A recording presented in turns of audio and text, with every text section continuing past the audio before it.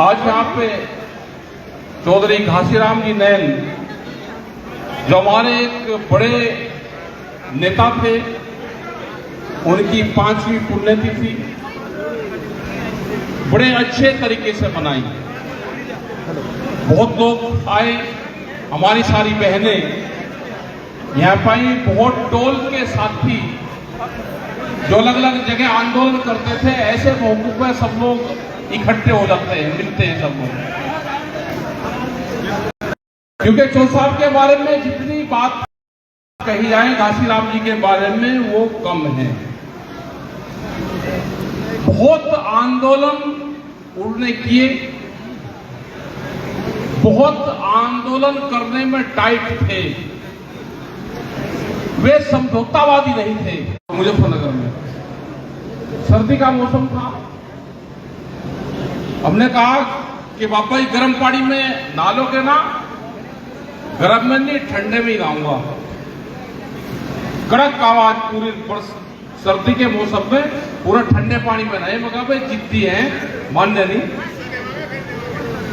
तो इस तरह के संघर्षशील जो लोग थे वे कम रह गए हैं अभी। हमें उसी के तरह बढ़ना है। आने वाले टाइम पे जो सरकारों की पॉलिसी है वे बहुत खतरनाक पॉलिसी थी। पहले आंदोलन होते थे, बिजली का एक इशू होता था, कभी भाव के इशू हो गए, उसके लिए लड़ाई लड़ ली, सरकारों ने बुला के बातचीत कर ली। आज जो समस्याएं हैं, हर कदम कदम पे सरकारें छल कर रही हैं। उन्होंने छल से कुर्सी छीनी, संविधान का सहारा लिया और देश पे एक किस्म से कब्जा कर लिया। ना आप देश के संविधान को मानते, ना कोर्ट को मानते, ना कचहरी को मानते, ना पुलिस प्रशासन को मानते, ना कानून को मानते, ना बाबा साहब अम्बेडकर के संविधान को मानते। 13 महीने दिल्ली का आंदोलन हुआ, कोई बातचीत हमारी नहीं हुई सरकार से। 22 जनवरी 2021 को आखिरी बार सरकार मिली थी। कोई गलतफहमी न रहे कि सरकार से बातचीत के आधार पर वहां से समझौता हुआ। समझौता एक डिजिटल हुआ, पर्चे के आदान प्रदान पर समझौता हुआ। और जो समझौता हुआ वो भी बात उन्होंने अब नहीं माननी और अलग अलग कानून लेकर आ रहे हैं। इतने बड़े आंदोलन चलने के बाद में भी मतलब अलग अलग कानून लेकर आ रहे हैं, कानून बनाए जा रहे हैं। वो चाहे भूमि छीनने का कानून हो, गांव की पट्टी जमीन, पट्टे की जमीन, जिसे जमीनों पर 70 और 100 साल से लोग काबिज हैं, उन जमीनों को छीनने का कैसे प्लान बनाया जाएगा। किसान क्रेडिट कार्ड के माध्यम से आने वाले टाइम पे बैंक भी आपकी जमीनें लेंगे। जिस तरह से चावल, ये हरियाणा, पंजाब, उत्तर प्रदेश, ये बहुत सी बड़ी बेल्ट थी जो चावल का बेचने का काम करती थी। जिस तरह के टैक्सेस लगाए, करीब 500 से 600 रुपया क्विंटल चावल के रेट कम हुए। और मंडी में जिस तरह से पोर्टल व्यवस्था करी गई, क्या कोई किसान है कि उस तरह के फार्म और वो भरते हैं? लेकिन सरकार डरने का और पीछे हटने का काम नहीं कर रही। इसी तरह से एक दूध की पॉलिसी आ रही है, बाहर की कंपनियों के साथ में दूध का एग्रीमेंट होगा। नहीं, जो भारत की कंपनी है उसने कहा कि अगर ये एग्रीमेंट होगा तो 12 रुपये लीटर, 10 से 12 रुपये पर लीटर अमूल को भारत सरकार पैसा देगी तो अमूल कंपनी बच सकती है, नहीं तो वो कंपनी भी डूबेगी। अगर अमूल जैसी कंपनी, और कैसे इस किसान और मजदूर, व्यापारियों को, दुकानदारों को कैसे खत्म किया जाए, तो इससे लगता है कि एक देश में फिर एक बड़े आंदोलन की जरूरत पड़ेगी। और वो आंदोलन जो दिल्ली में आंदोलन है, इससे भी बड़ा आंदोलन होगा। वो कहां और कैसे होगा, उसकी रूपरेखा बनेगी। पूरे देश का किसान तैयार है एमएसपी के नाम पे, स्वामीनाथन कमेटी के नाम पे, जो इन्होंने घोषणा पत्र में कहा उससे सरकार पीछे हट रही है। वो चाहे गन्ने का भुगतान हो या फसलों के दाम का सवाल हो। अगर आपने देखे होंगे कि बिहार के बहुत किसान जो मजदूर जिनको कहते हो, लेकिन पूछते हो उनसे कि ये कहां के मंडियों में काम करते हैं, मजदूर हैं, वो मजदूर नहीं, आपसे ज्यादा जमीन उनके पास में है। वो बिहार का किसान है और बाहर आके बिहार से जब बाहर जाता है तो मजदूर है। वो 17 साल पहले उसकी व्यवस्था खराब हुई, मंडियां 17 साल पहले वहां की खत्म करी गई। बिहार के पूरे किसान को देश में मजदूरी करने के लिए छोड़ा गया। आपकी हालात आज से 17 साल बाद में खत्म होगी। आप 17 साल बाद में मजदूर बनोगे, लेकिन जब तक मजदूरी भी नहीं रहेगी। देश के प्रधानमंत्री ने कहा कि देश की व्यवस्था 1947 में सुधरेगी। पहले दुगनी आमदनी की बात 2022 में करते थे और अब कहा कि 47 का टारगेट है कि देश आजाद हुए थे तो 100 साल हो जाएंगे तो उसका जश्न मनाएंगे। जब तक ना किसान बचेगा, ना किसानी बचेगी, ना छोटा दुकानदार बचेगा और ना आपकी ये जमीनें बचेगी। जो मंडियां हैं, इन मंडियों को भी बेचने का काम करा जा रहा है, ये आपकी नॉलेज में होगा। ये जो खाली मंडियां हैं, इनकी 500 से और 1000 मीटर 2000 मीटर के प्लॉट, इन प्लॉटों को देने का काम किया जाएगा। मध्य प्रदेश की 182 मंडी बेचने के कगार पर निकाल ली। उत्तर प्रदेश, हरियाणा, राजस्थान, ये पूरे देश की मंडियां जमीन बेच रहे हैं। इनका मकसद है कि देश की पूरी जमीनों पे, प्रॉपर्टी पे हमारा अधिकार हो। हमको लड़ाई लड़नी पड़ेगी, संघर्ष करने पड़ेंगे। अपने लिए नहीं, आने वाली पीढ़ी के लिए लड़ाई लड़नी पड़ेगी। 35 साल से आपने आंदोलन जेल भलो के किए होंगे, आपने धरने प्रदर्शन किए होंगे, लेकिन उससे भी कड़ी लड़ाई होगी। या तो सरकार मानेगी, नहीं तो हर जगह यात्राएं निकलेगी, मार्च निकलेंगे, पुलिस प्रशासन रोकने का काम करेगा, हमारे ट्रैक्टर और मोर्चों को तोड़ने का काम करेंगे। एक बड़ा संघर्ष देश में होगा। दिल्ली की चारों तरफ भी किल्लेबंदी करनी पड़ेगी हमको। दिल्ली के नए मोर्चे होंगे, जो पेरीफेरल एक्सप्रेस वे हैं, उसके अंदर को निकलने वाले हर रास्ते पे बैरिकेडिंग हमको करनी पड़ेगी। दिल्ली की अगर घेराबंदी करनी है तो नए रास्ते दिल्ली के तलाश करने पड़ेंगे। पेरीफेरल और केएमपी, जो दिल्ली के चारों तरफ को रिंग रोड बनी हुई है, वो एक किस्म से खाइयां हैं वो दिल्ली के मोर्चे लगाने की। उनके पूरे सर्वे हम कर रहे हैं, वहां की पूरी कमेटियां बनेगी। जहां जहां पे दिल्ली के अंदर सड़क जाती है, वहां पे मोर्चे लगाने पड़ेंगे हमको।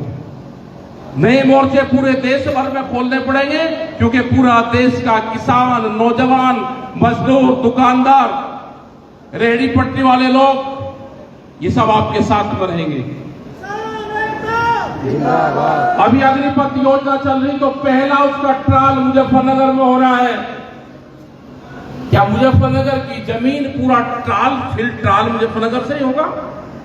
और एक दिन की भर्ती नहीं, पूरे 20 दिन वहां पे भर्ती चलेगी।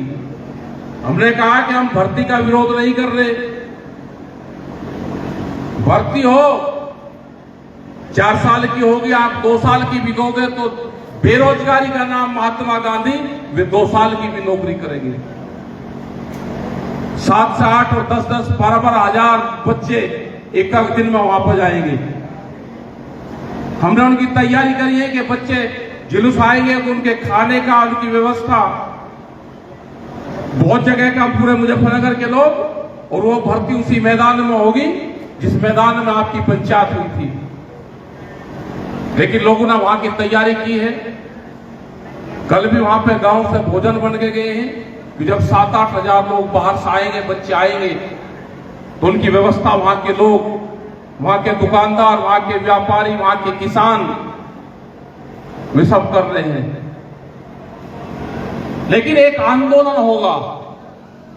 हमारी बहनें कह रही थी कि आंदोलन शुरू करो, घर में मन नहीं लगता। तो बिल्कुल ठीक बात है, ये आपकी नहीं, हमारे जो बापे हैं जिन्होंने भंडारे चलाए, जिन्होंने लंगर चलाए वहां पे, वे बापे भी कहते हैं कि आंदोलन शुरू कर लो, जी नहीं लगता। तो जब देश की आवाज ये हो जाती है, जब देश की महिलाएं क्रांतिकारी हो जाएगी, देश के संत महात्मा आंदोलन के बिगुल बजाएंगे, तो देश में आंदोलन तो होगा।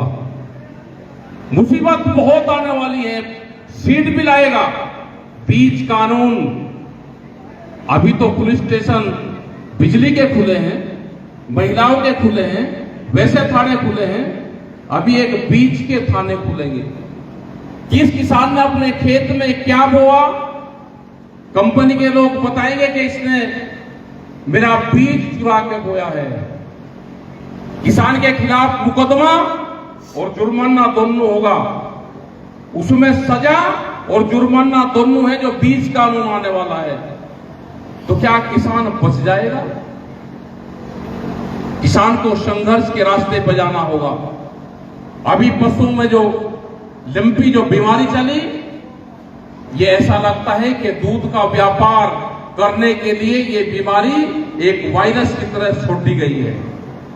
जैसे खरपतवार को खत्म करने के लिए उसके अलग अलग खरपतवार की अलग अलग दवाइयां हैं, ऐसे ही गाय को खत्म करने के लिए ये एक वायरस था जो गाय में ही गया है, और हमारी लाखों गाय मारी गई। जिस गाय के नाम पे ये चुन के आए हैं, वे गाय सड़कों पर पड़ी हुई हैं, उस बीमारी का कोई इलाज नहीं है। तो क्या ये तो नहीं है सरकार की पॉलिसी कि देश में दूध की कम पैदावार हो और हम बाहर की कंपनियों को दूध का एग्रीमेंट करें? ये भी लगता है। एक गांव यहां पे चित्ते लेकर आए, 8 दिन तक किसी प्रेस के लोग को दूसरा कोई रास्ता नहीं पाया। लेकिन प्रेस की भी मजबूरी है, जो उसमें बोलने वाले हैं वे नौकरी पे हैं, लेकिन उन चैनल का मालिक तो कोई और। और जब तक इन आप चैनलों को, जो किसान को नहीं दिखा सकते, ये अभियान भी चलाओ, जो हमको नहीं दिखा सकते, जो किसान की प्रॉब्लम को नहीं दिखा सकते, उन चैनलों का भी बहिष्कार कर लो। हम पूरा दिन घर पे चैनल चलते हैं, इस पे ये सीरियल, जब तक हम अपने खर्चे कम नहीं करेंगे तो हमारी आमदनी नहीं बढ़ेगी। कोल्ड ड्रिंक पीने का हम काम करते हैं, क्या किसी कंपनी की है? क्या आप उसके मालिक को जानते हो? अगर नहीं जानते तो क्या उसमें पड़ा हुआ है, किस पेड़ पौधे किस फसल से वो बढ़ रहे हैं, आप उसको जानते हो? लेकिन नहीं जानते, फिर भी उसका इस्तेमाल है। अगर आप दूध का इस्तेमाल करोगे तो दूध के किसान की आमदनी बढ़ेगी, उस गांव में बैठे मजदूर और हमारी बहनों की आमदनी बढ़ेगी। और कोल्ड ड्रिंक का इस्तेमाल करोगे तो अमेरिका में बैठे हुए कंपनी की आमदनी बढ़ेगी। इन चीजों पर खास करके जो किसान संगठन के लोग हैं, क्योंकि जब घासीराम जी टिकैत साहब थे, इनके खिलाफ जब डंकल ड्राफ्ट आया, उस टाइम पे ये बैन हुआ था कि हम कोल्ड ड्रिंक इनका बहिष्कार करेंगे।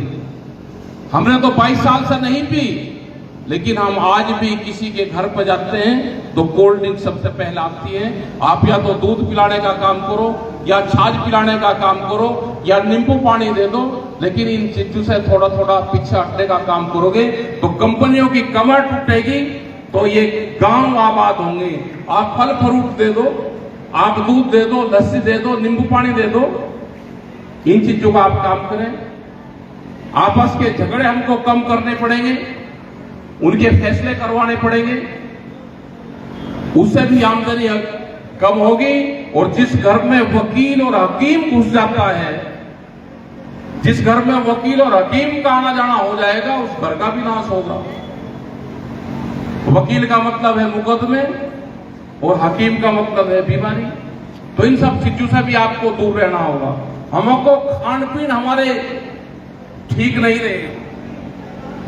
हम अनाज खाने पर तो एक ही चीज पे आगे कि गेहूं का इस्तेमाल करते हैं। आप उसके साथ में बाजरा, मक्का, चना, जौ, जवार, इन चीजों का भी इस्तेमाल अपने खाने में करो, तो बाजरे के किसान और चने के किसान की भी आमदनी बढ़ेगी।